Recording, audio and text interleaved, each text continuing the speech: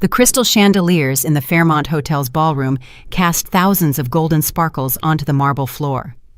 I stood by the entrance in the emerald evening dress that took me 3 hours to choose, and I still wasn't sure if I looked good enough for this place. Beside me stood Darius Benton in a simple dark suit, no diamond cufflinks, no gold watch, none of the flashy accessories that adorned every other man in the room. Welcome to my channel. I share new life stories here every day, and I'd really appreciate it if you hit subscribe and liked my video. Now let's jump back into my story. I'm sure you'll love it if you keep listening till the end. But when we walked in, the security staff snapped to attention. A gray-haired man in a tuxedo, whom I recognized from magazine photos as the owner of a major chain of malls, was the first to approach and shake Darius's hand, not mine. I was scanning the room, trying to adjust to this world of crystal and champagne when I saw him. Andre Talbot, my ex-husband, was standing by the bar, a glass in his hand. Kiana, the girl in the provocative short red dress, was hanging onto his arm. Andre was saying something to her, smiling smugly, clearly feeling like the king of the world just because he'd been allowed into this party as a +1 to some rich friend. Our eyes met. I watched his face drain of color, how he blinked as if he couldn't believe his eyes, and how his fingers unclenched, sending the champagne glass tumbling to the floor. It shattered with a deafening crash. Kiana shrieked, jumping back from the spray, and I just stood there, staring at the man who, only 1 year ago, had thrown me and my 1-year-old daughter out into the bitter cold. But to understand why this evening changed everything, I need to take you back 1 year, to the darkest night of my life. January was brutal that year. Outside our rented efficiency apartment on the south side of Atlanta, the thermometer read 1 degree Fahrenheit and the radiators barely worked. I wrapped Aaliyah in 2 blankets, but I was still terrified she would freeze. Aaliyah was 1 year and 2 months old. She had just started walking, holding onto furniture, and her first word was, "Mama." Every time she whispered it in her tiny voice, my heart swelled with happiness. That evening, Andre came home around 11 o'clock.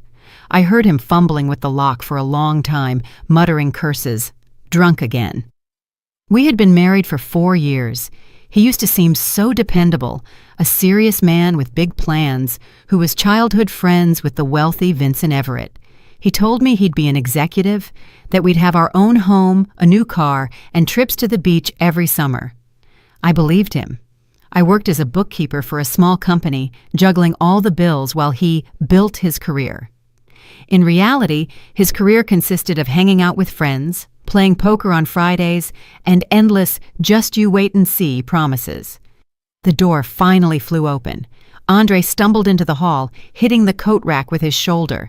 Jackets rained down onto the floor. "Shh," I whispered, peering out of the room. Aaliyah had just fallen asleep. He looked at me with a hazy gaze. Something was wrong. He wasn't just drunk, he was angry. That special kind of anger where a person is looking for someone to lash out at. "Fell asleep," he mimicked. "Of course she fell asleep. All she ever does is sleep and eat, just like you." "Andre, what happened?" He walked past me to the kitchen, yanking the refrigerator door open with a crash. "What happened? Like you don't know. It's all your fault." "I don't understand." He spun around so quickly that I flinched. "I got fired. That's what happened." My heart sank. Fired. God, how will we pay the rent? My salary alone won't cover it, and I still have the loan for the washer and dryer. "Andre, we'll figure something out. You'll find another job. I can take on more side work." "Side work?" He laughed, a horrible grating sound. "Who needs you? A dumb broad with a kid dragging her down." "Don't talk like that in front of Aaliyah." "In front of Aaliyah? She'll grow up just the same. An apple off the tree. Both of you are anchors around my neck. If it weren't for you and your kid, I'd have been an executive long ago." "My kid? She's our kid." "Mine? No, yours," he spat, as if Aaliyah were solely my fault, my mistake. "Andre, please, you're drunk. Let's talk in the morning." I reached out to touch his shoulder, but he shoved me away so hard my back hit the door frame. "Don't touch me! I'm sick of you! 4 years you've been sucking the life out of me!" Aaliyah woke up from the shouting and started crying. "There!" Andre jabbed a finger toward the bedroom.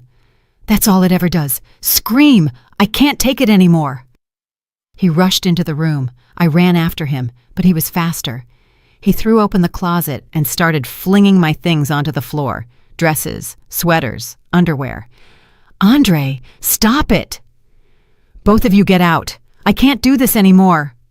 He grabbed the go bag I'd used for the hospital and started stuffing Aaliyah's things into it. Snowsuits, onesies, diapers. Aaliyah was screaming in her crib. I tried to calm her, but my hands were shaking too badly. "You can't kick us out.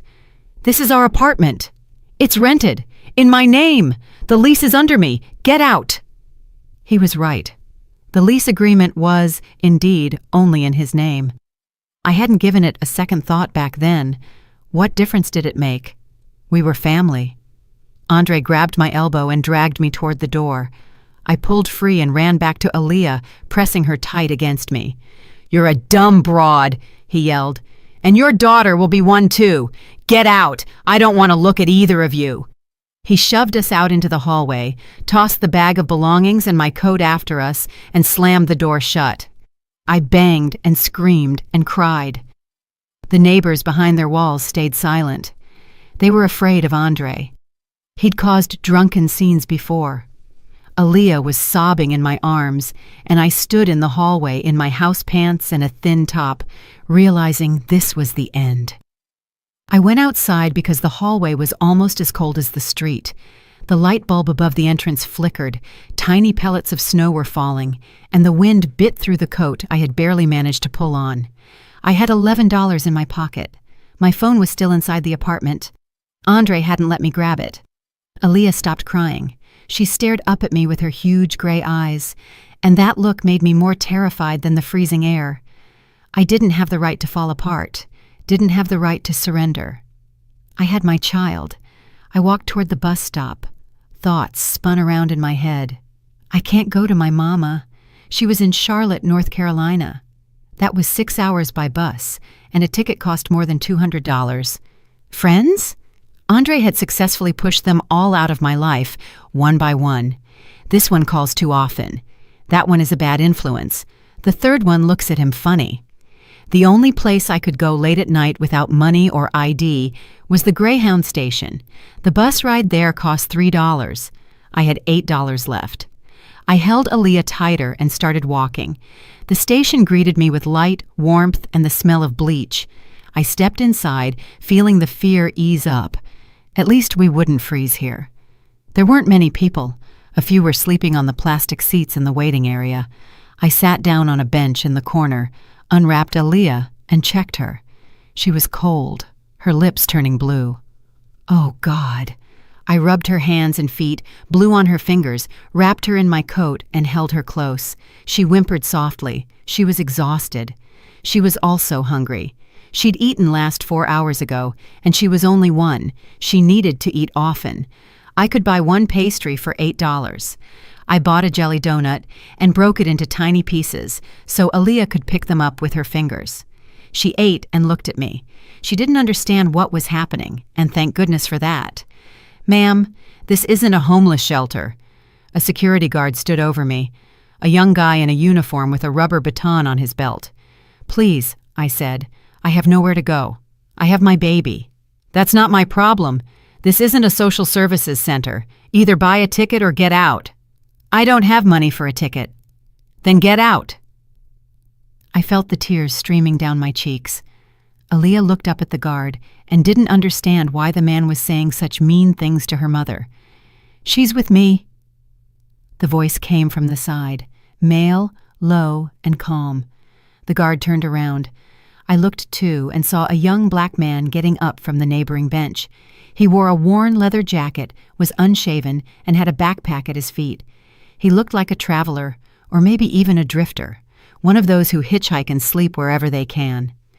"We're waiting for a bus," he continued, looking the guard straight in the eye. "It's 6 hours away. We'll be quiet." The guard opened his mouth to object, but something in the stranger's gaze made him change his mind. He grunted, mumbled, "Just watch yourself," and walked away. The man sat down next to me, silently, not looking at me. A minute later, he stood up, walked to the hot beverage machine, and returned with 2 cups. "Tea with sugar. Will warm you up." I took the cup. My hands were shaking so badly that the tea spilled. He sat down again. He didn't ask questions, didn't offer advice, just sat next to me. It was as if it was the most normal thing in the world to be sitting in a bus station at night with a crying, unfamiliar woman and her child. Aaliyah, warmed by my body heat and tired from crying, fell asleep in my arms. I couldn't hold it in anymore and started to cry. Soundlessly, so as not to wake my daughter, but my shoulders shook and tears dripped right into my teacup. The man handed me a paper napkin, just handed it, without looking. I wiped my eyes. "Thank you," I whispered. "Cry," he said quietly. "It's okay, but then act." I looked at him. His face was ordinary, unremarkable. He looked maybe 30-something, his eyes tired but smart. "Who are you?" I asked. "A person who also sat in this station once without a dime. A long time ago, but I remember." "And what did you do?" "Got up and started walking, step by step. There were no other options." He fell silent, and I didn't ask any more questions. We sat in silence, and that silence wasn't heavy for some reason. It was peaceful. It was like having someone nearby who understood everything. After a while, he pulled a business card from his pocket and held it out to me. A simple, white card. Only a phone number on it. No name, no title. "If you don't find a place to stay tomorrow, call this number. It's a shelter for women with children. They will help." I took the card, just a number, written in plain black font, nothing else. "Thank you," I said again, though the word felt too small for what he had done. He nodded. I must have dozed off because when I opened my eyes, the dawn was graying outside the dirty station windows, and the bench beside me was empty. Only the empty teacup remained on the seat. I didn't even get a chance to ask his name. The shelter was called The Haven. I called the number on the card at 7 o'clock in the morning when Aaliyah woke up and whimpered with hunger again. A woman's voice on the other end listened without interrupting and gave me the address. It was on the outskirts of the city, 3 bus stops from the station. I didn't have money for the bus, but the driver, an older black man with gray hair, looked at me and Aaliyah and waved his hand. "Go on through, sister." The 2-story building behind a high fence looked normal, not luxurious but not run down either. A clean porch, curtains in the windows, and warm light spilling from inside. An older woman in a strict gray dress opened the door for me. Her gray hair was pulled back in a bun. Her gaze was like an X-ray. "Morgan?" "Yes." "Ms. Evelyn Price, the director. Come in. We'll feed the baby right now." She spoke concisely, without baby talk or sympathetic sighs. She led me to a small room with 2 beds and a crib. "This is your room for the next 3 months. The dining hall is on the 1st floor. Breakfast is in 1 hour. The corporate daycare is in the next wing if you have questions." I had a million questions, but I only asked one. "Why 3 months?" "Because you have 3 months to find a job and housing. We will help you, but we won't move your feet for you. After 3 months, you're either on your feet or you free up the spot for the next person." She spoke harshly, but for some reason, I wasn't offended. There was no cruelty in her voice, only the truth. "I will find a job," I said. Ms. Price looked at me for a long, assessing moment. "We'll see." And then she left. Within a week, I learned a little about The Haven. The shelter had been around for 5 years and had helped hundreds of women, battered, evicted, or running from abusive partners. They had lawyers who helped with documents, counselors who restored spirits, and a free daycare where you could leave your child while you worked. But the main thing was that no one knew where the money came from. Every month, a huge sum was deposited into the shelter's account. An anonymous benefactor. No names, no conditions. "Who is he?" I asked Ms. Price one day. I don't know, she answered, and I don't want to know. As long as the money keeps coming, we help people. That's what matters. I found a job within 2 weeks, cleaning the Onyx Tower Business Center from 6 o'clock in the morning until 2 in the afternoon. I scrubbed floors in offices, dusted, and took out the trash. The pay was low, but it was official, with a record in my employee file. In the evenings, I picked up side work, doing bookkeeping for small business owners. 3 clients, then 5, then 8. I sat up late at night in front of my laptop, balancing the numbers while Aaliyah slept in her crib beside me. I slept about 4 hours a night, lost 17 pounds. Dark circles settled under my eyes, but I didn't give up. I dropped Aaliyah off at the shelter's daycare at 5:30 in the morning and picked her up at 3 in the afternoon. She got used to it, stopped crying when I left, and started saying more words. Mama, give, Dolly, no. She never said Daddy. 2 months later, I got a strange job offer. One of my regular clients, the owner of a small auto repair shop, recommended me to an acquaintance. He needed a remote bookkeeper for a construction company called Apex Development, a small firm from what I could tell, with a few projects around the state. Nothing special. The client contacted me via email. No calls, no meetings, just emails. The terms were strange. The pay was 3 times the market rate, but it required complete, fully transparent reporting. No shady business. I took the job, and on the 3rd day, I found something I wasn't supposed to find. The previous bookkeeper at the firm was stealing, brazenly, stupidly, barely even trying to hide it, inflated estimates, fake material purchases, payroll checks issued to non-existent workers. In 6 months, he had siphoned nearly $125,000 from the company. I sat in front of my laptop screen, wondering what to do. I could have stayed silent, closed my eyes, collected my good salary, and not gotten involved. The previous bookkeeper was already gone. His problems. My job was just to handle the current reporting, but I remembered the words of the man at the bus station. Cry, but then act. I wrote a detailed report exposing all the schemes, listing the amounts, attaching the proof, and sent it to the client. The reply came in 1 hour. Thank you. You are the first to notice this. I want to meet in person. Tomorrow, 2 o'clock, the Riverside Bistro on the Chattahoochee River. I barely slept that night. I kept running through the scenarios in my head. Who is this client? Why the meeting? Is this a test? Will they blame me for uncovering someone else's fraud? At 1 o'clock, I dropped Aaliyah off at daycare, put on the only decent dress I had managed to grab from the apartment, a dark green one, and drove to the riverfront. The Riverside Bistro was small and cozy, with a view of the water. I walked in, looked around, and froze. Sitting at a table by the window was him, the same man from the bus station, unshaven, in the same worn leather jacket. A cup of coffee sat in front of him, and a tablet lay nearby. He looked up at me. "Sit down, Morgan. I think we have something to talk about." I sat across from him, my heart hammering. "It was you," I started, and cut myself off. "Yes," he said. "I own Apex Development, and not just Apex. My name is Darius Benton. I imagine you have questions." I stared at him, unable to speak. Everything was jumbled in my head. The scruffy drifter at the station, the business card with no name, the shelter, the bookkeeping job. And now he was sitting across from me, still looking unremarkable, telling me he owned the company. "Were you following me?" I finally managed to whisper.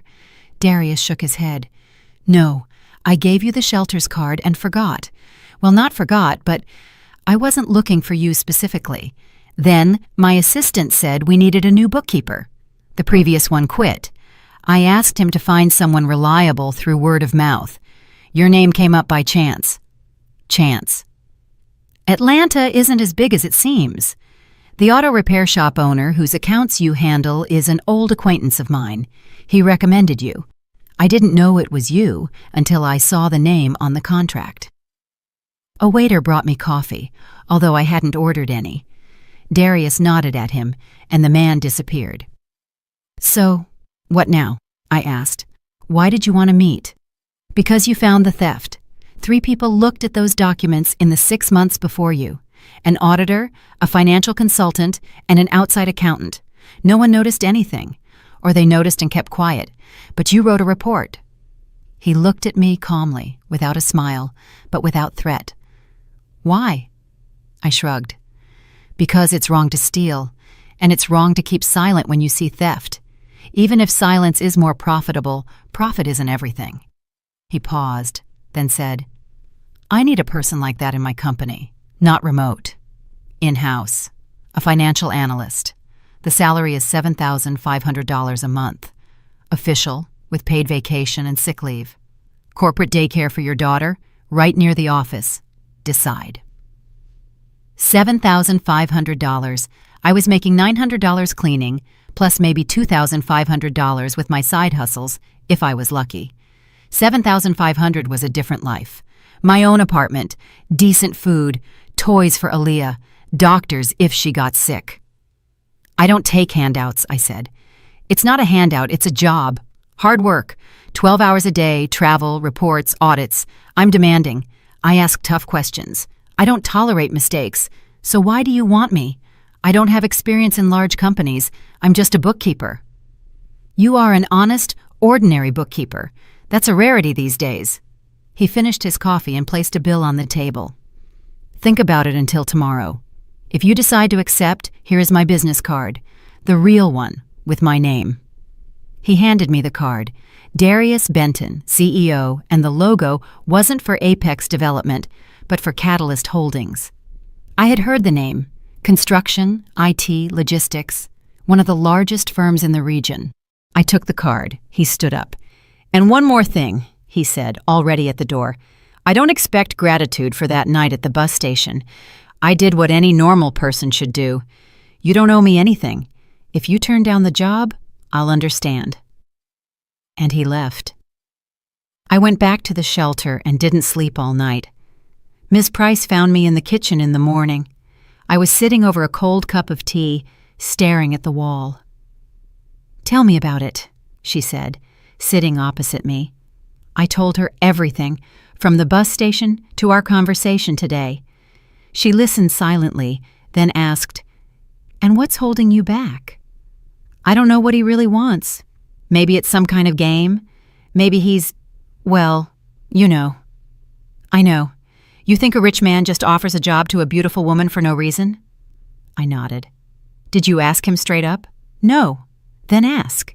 If he answers honestly, that's something. If he starts dodging, you turn around and walk away. But sitting here and guessing is foolish. She stood up. And one more thing. Pride is a good thing, but it won't feed a child. Right now, you're working 16 hours a day and making peanuts. How long can you keep that up? 1 year? 2? And then what? Your health won't last forever. I stayed silent. If this man is giving you a chance, take it, but on your own terms. Negotiate the rules, and if he breaks them, you leave. The next day, I called Darius. I accept, but I have conditions. I'm listening. A 2-month probation period. No personal relationship whatsoever, only work. If I feel like you expect anything else, I walk away. No drama, no explanation. He was silent for a second. Accepted? Anything else? Yes. I want to understand who I'm working for. You said you also sat in that bus station. What does that mean? Another pause. It's a long story. I'll tell you when there's time. Start Monday, 9 a.m. The office address is on the card. And he hung up. The Catalyst Holdings office occupied 3 floors in the Onyx Tower on Peachtree Street. I arrived at 8:30, wanting to come early and get my bearings.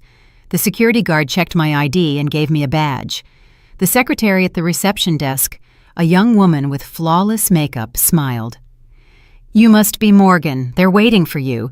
6th floor, office 601. The elevator was mirrored.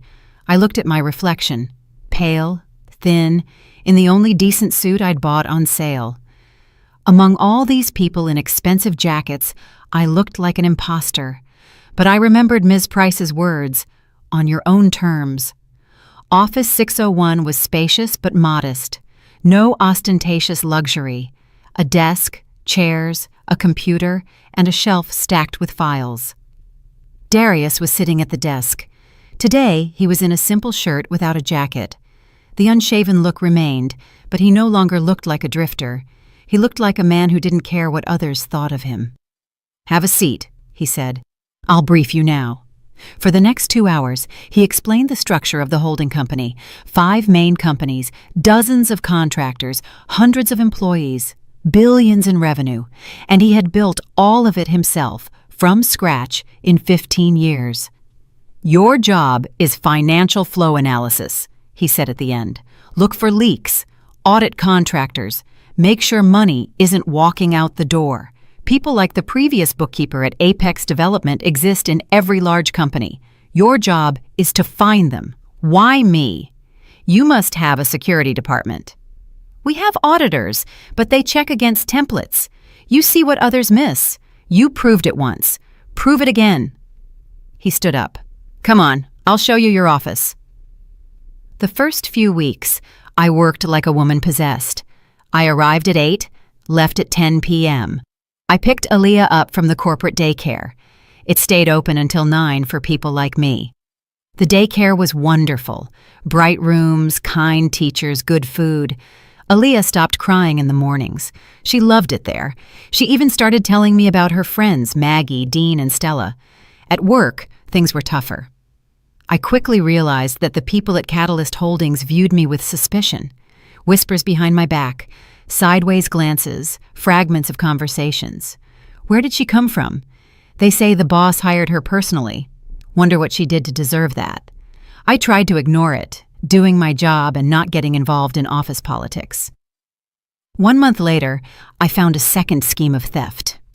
One of the top executives, Mr. Eugene Perry, the logistics director, had been taking kickbacks for years through Shell transportation companies. The scale was serious, about $750,000 over the last 3 years. I wrote the report and sent it to Darius. The next day, Mr. Perry came to my office. He was a hefty man in his late 50s, with a heavy gaze and a manner of speaking, as if he were doing you a favor. "Morgan, what is your middle name?" "Ann." "Morgan Ann, I hear you found some discrepancies in my department's documents." "Yes, I did." He sat down opposite me without asking permission. "Listen, you're new here. You don't know how things work. These discrepancies, they're everywhere. That's how business works. Everyone does it." "Not everyone. Everyone who wants to survive. Listen to me. I mean you well. Forget about that report. I'm ready to compensate you for your inconvenience. $25,000 cash. Right now." He placed an envelope on the desk.